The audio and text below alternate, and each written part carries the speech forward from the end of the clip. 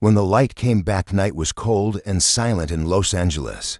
Rain tapped softly against the windows of a small cafe tucked between glowing streets. Inside, Keanu Reeves sat alone, lost in quiet thoughts, his hands wrapped around a half-empty cup of coffee. The world outside called him a legend, but inside he still carried the ache of old grief, losses that time had softened but never erased. He often came to that cafe after long days on set, just to breathe.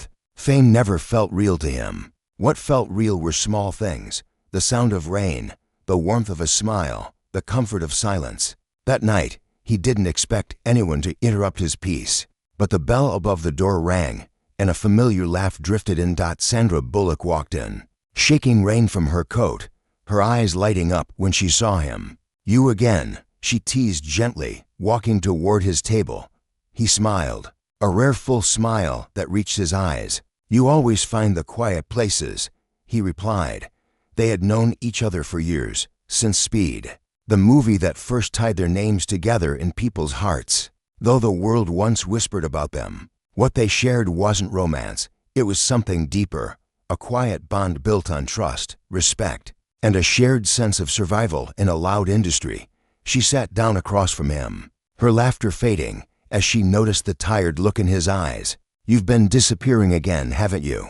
she asked softly. Keanu sighed. "Sometimes it feels easier not to talk," he said. "People want stories, not silence." Sandra nodded. She understood that kind of exhaustion, the weight of pretending to be fine for the world when inside, you're still searching for meaning. They had both been through heartbreak, both had lost people they loved. And yet, here they were, still standing, still trying to find light in a world that often felt too dark. "You don't have to be the strong one all the time," she said, reaching across the table and touching his hand. "Even heroes need to rest." He looked at her for a long moment.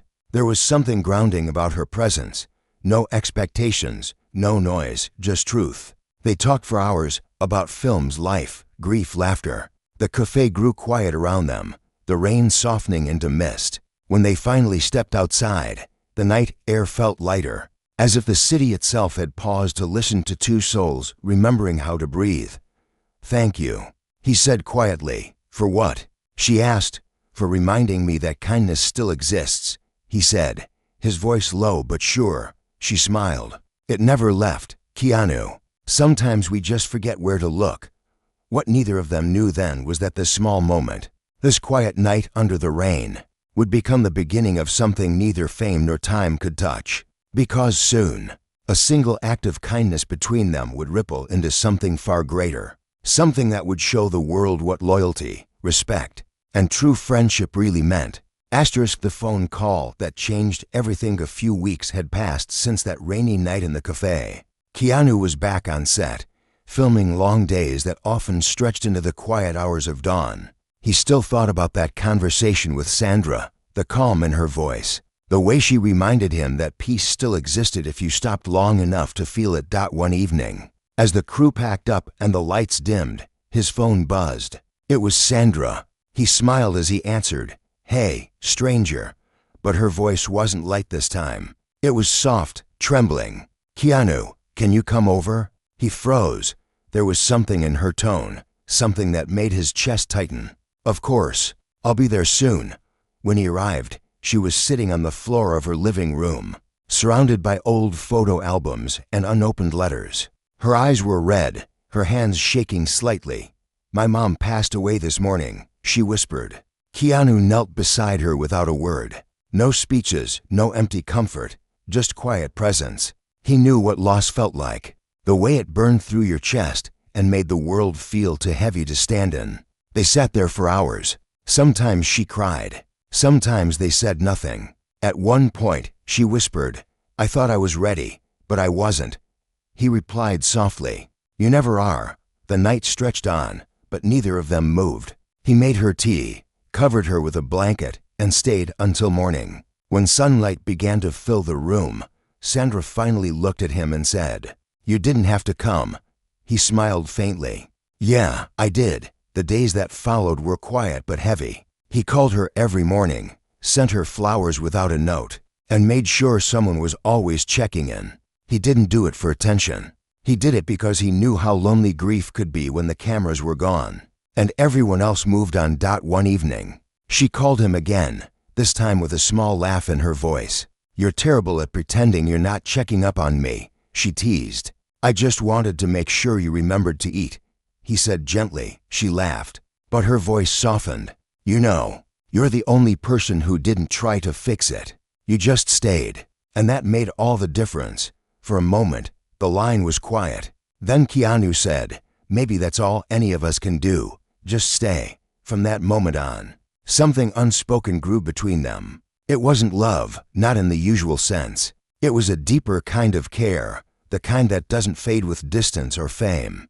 But life has a strange way of testing even the purest bonds. And soon, the world's eyes would turn toward them once again, twisting what was simple and real into something it wasn't. And in that storm of headlines and lies, Sandra would learn just how far Keanu was willing to go to protect her truth. The storm of headlines started with a photo, a simple moment caught by chance. Sandra and Keanu walking out of a small bookstore together, laughing under the same umbrella. To them, it was nothing, just two friends escaping the rain after a long talk about life and movies. But to the world, it became something else. By morning, their faces were everywhere. Headlines screamed across screens and newspapers, "Keanu Reeves and Sandra Bullock caught in secret romance." Others said, "Is this Hollywood's quiet love story finally revealed?" Sandra woke up to dozens of messages. Her team wanted a statement. Reporters waited outside her gate. She felt her heart sink. She had just begun to find peace after losing her mother, and now the noise was back, loud, messy, and cruel. She called Keanu, her voice shaky. "It's everywhere," she whispered. "People think we're—" He interrupted gently. "I know. I saw it. What should we do?" she asked, fear and frustration tangled in her voice. He paused for a moment before answering. "We do nothing. The truth doesn't need to shout." But the world kept shouting anyway. Interviews, gossip shows, endless speculation, turning their friendship into entertainment. Even some of their colleagues asked questions, half joking, half prying. Sandra felt exposed, misunderstood, and tired. A few days later, during a charity event, a reporter pushed too far. "Sandra, is it true that you and Keanu have been secretly seeing each other for years?" She tried to smile politely, but before she could answer, Keanu stepped in front of her. "We're not here to feed rumors," he said calmly, his tone steady but firm. "We're here to support something that actually matters, kindness." The room fell silent for a moment. Then he took Sandra's hand, guiding her away from the cameras. Once they were outside, she whispered, "You didn't have to do that." He looked at her and said quietly, "Yes, I did. You don't deserve to be treated like a headline." That night, they sat together on her porch, the city lights glowing in the distance. Sandra sighed. "You've always been this way, calm, patient, quiet. How do you do it?" Keanu smiled softly. "When you've lost enough, you stop wasting energy on noise. You start choosing peace." She looked at him for a long moment, realizing something she hadn't before. He wasn't just kind, he was resilient. Every scar, every loss, every quiet act of care came from a man who had chosen not to grow bitter. Even when life gave him reasons to. "You're one of the rare ones," she said. "No," he replied, shaking his head slightly. "I just try to remember that kindness is a choice, even when it hurts." But neither of them knew the biggest test of that kindness was yet to come. Because within weeks, Sandra's world would fall apart again, this time, in a way that would reveal the full depth of Keanu's heart. When everything fell apart, it happened on an ordinary afternoon. Sandra was on her way to a small set meeting when her phone rang, a call from her younger sister. Her voice trembling, "Sandra, you need to come home. It's about Dad." Her heart sank. Before she could ask, the line went silent. Within hours, she was on a flight home, her thoughts spinning. She had just begun to heal from one loss, and now life was taking another piece of her away. When she reached the hospital, the halls smelled like antiseptic and fear. Her father lay pale and quiet, machines keeping rhythm with his slowing breaths. She took his hand and whispered, "I'm here, Dad." His eyes opened for a moment, weak but full of love. "Don't cry, sweetheart," he said softly. Just live. Those were his last words. By evening, he was gone. Sandra stood there in disbelief, her heart heavy with the cruel truth that no amount of fame, money, or success could stop time. She stayed at the hospital long after everyone left, and when the silence became too much, she called the only person who never asked for explanations. Keanu. He didn't say anything on the phone. He just listened. Then, quietly, he said, "I'm coming." She tried to protest. "No, it's okay. You're filming. Don't." But he had already booked a flight. By the next morning, he was standing at her doorstep, dressed in simple black, eyes full of empathy. No cameras, no grand gestures, just presence. He helped her handle the funeral quietly, away from the media. He made sure her home was filled with flowers and warmth, not empty silence. When she couldn't sleep, he sat beside her, talking about simple things, their favorite movies, her dad's jokes, the first time they laughed on set years ago. One night, as they sat watching the stars from her backyard, she asked him softly, "Why do you keep showing up for me like this?"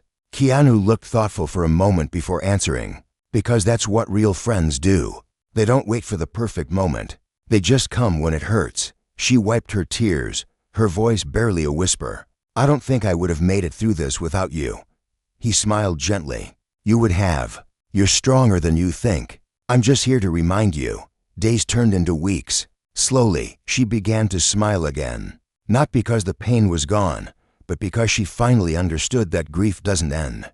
It simply finds room beside love. Keanu never once asked for thanks. He just stayed, quietly protecting her peace, giving her space to breathe again. But just when Sandra thought the storm had passed, an unexpected letter arrived at her door, a letter from her father written weeks before his death. And inside it was a message that would change how she saw everything, including Keanu. The letter of truth envelope was old, the paper slightly yellow at the edges. Sandra hesitated before opening it.